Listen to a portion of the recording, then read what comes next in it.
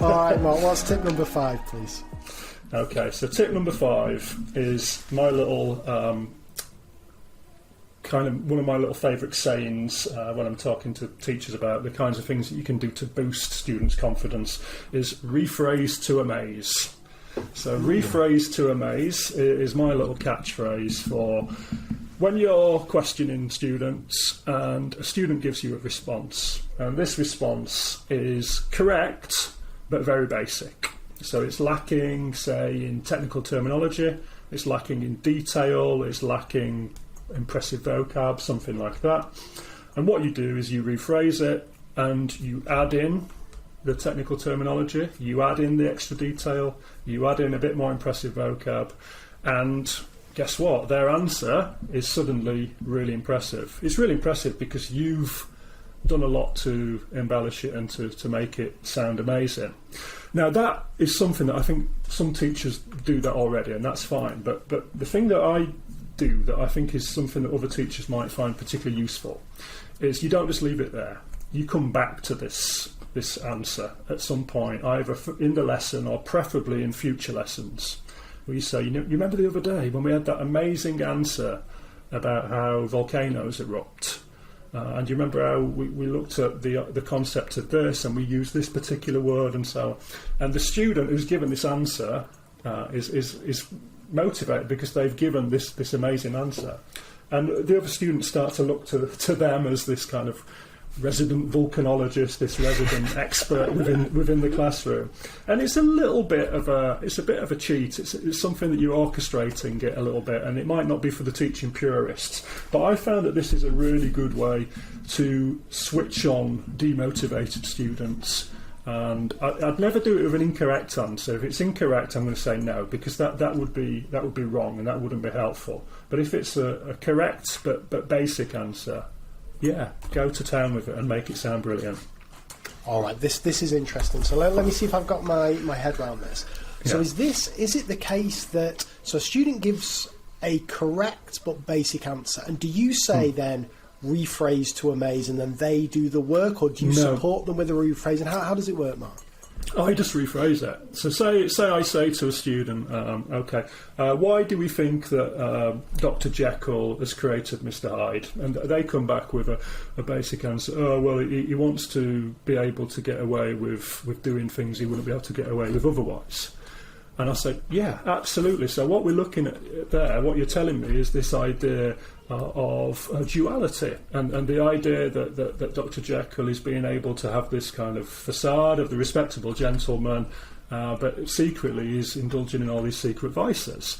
And then later on, a couple of lessons later, you remember having the conversation the other day where Stephen gave us this answer about duality and the repressed Victorian gentleman. Let's think about that again now, and stuff like that. So that's how I tend to do it. Oh, I'll tell you what, we could be ending on a controversial note here, Mark, because we need a bit of conflict here. I'm not 100% I agree with this. I'll make my case, and then you can come back at me here. Okay. So I can completely see it from a motivational point of view. I can completely see how for some kids, and probably most kids, that'd be a really powerful experience. And I'd never thought to do the coming back, the next lesson. That feels like something really powerful.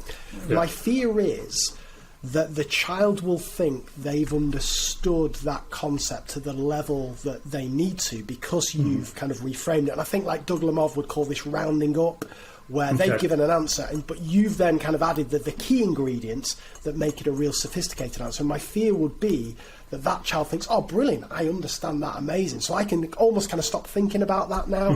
Whereas if you kind of say, all right, great answer, but you're not quite there, can you think what else you need to add? Maybe then the kind of extra effort goes in to get it up there. What would you say to that? Yeah, you'd need to check for understanding to make sure that this is something, it's not just you kind of pontificating and showing off and it not actually going through. So I would then be looking at examples of work, modelling, using these kind of ideas, checking that students are using this kind of language, making that a real focus of some of the work, and going back and just checking that it's embedded. Because there's no point having these fancy debates, discussions, throwing words around like confetti unless they're actually being used there in exercise books and you're seeing real evidence of it. So I might say, okay, well, let's go back to this idea. I think that we're still not quite grasping actually what this concept is about. You know, Stephen gave us this really good example of it, but let's just have a look at it in a bit more detail and really break down exactly what's going on here. And I think that you would have to do that. You can't just expect that because you've said something fancy, they're automatically just going to take it in. But it's a first step in getting them feeling successful about themselves within English, which is going to motivate them to want to do more of it. It's really interesting. It's one of these things I'm going to need to think a bit harder about this, because it's kind of what it's the trade-off, isn't it? The motivation is such a powerful thing, and I can imagine for some kids that's exactly what they need. But then I can also possibly see the flip side where they kind of, the message they take from that is, well, I've actually given that answer. So what the teacher said, that's kind of what I said. So, you know, I've got that understanding. So I'll just need to think that through. My final thing on this though, Mark, this is something I've been thinking about myself at the moment, and I'd just be interested to get your take on this. I've done when I first started my career, I was really lazy in the sense that I would, so I'm talking maths here, I would set the kids a load of questions, but I would never work out all the answers myself before the lesson, because I'd think I'm a decent mathematician, I'll just wing it in the lesson, it'll be fine. And that was terrible, because I lost a load of time in lessons, and sometimes a really bad question had snuck in there and knocked the kids' confidence and so on. When I got a bit better, I always would work out all the kind of written problems that I would give the kids, and that was fine. But one thing I never did, and I've only started doing this recently, and it seems to tie into what you're saying there, is if I was asking kind of a question where the kids were going to give a verbal response, I would never think to kind of script out like an ideal answer, like the answer that I really want them to do. Because again, I'd think, well, I'll just make it up on the spot. But what I've started to realise now is that if I don't kind of map that out, I can forget it. Like, I get so lost in trying to listen to what the child's saying. There's a million other things going on in the lesson. And actually, when I then do what you're doing, the rephrase to amaze or whatever it may be, I never get it as good as I should have done because I haven't written it down. So would you be kind of writing these things down? Would that be something that would be something that you kind of advocate for these questions, just so you kind of guarantee that you're going to get that explanation the way you intend it, if that makes sense? I tend not to do in this situation. It tends to be a little bit more ad-libbed, really, depending on what it is that they say. But I think that when you're talking about things like modelling really effective answers, I suppose in maths you'd be looking at worked examples a bit more.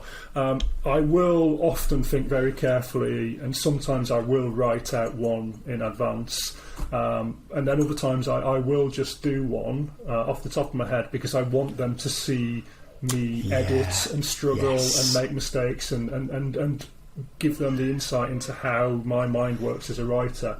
So I think there's pros and cons with these, and I think you have to think about the stage that the class is at. To begin with, I want them to have a perfectly polished answer that's at a level that they can immediately find useful as a model.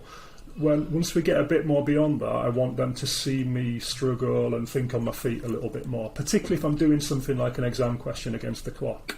But when it comes to the kind of rephrase to amaze stuff, no, I tend to just come up with these off the top of my head, and some of them will probably be better than others, and if some of them aren't great, I might forget about them. If some of them are particularly impressive, I might get them to write down something on the board. I often say, I like that, let's all write that one down. Wasn't that a good thing that I just came up with?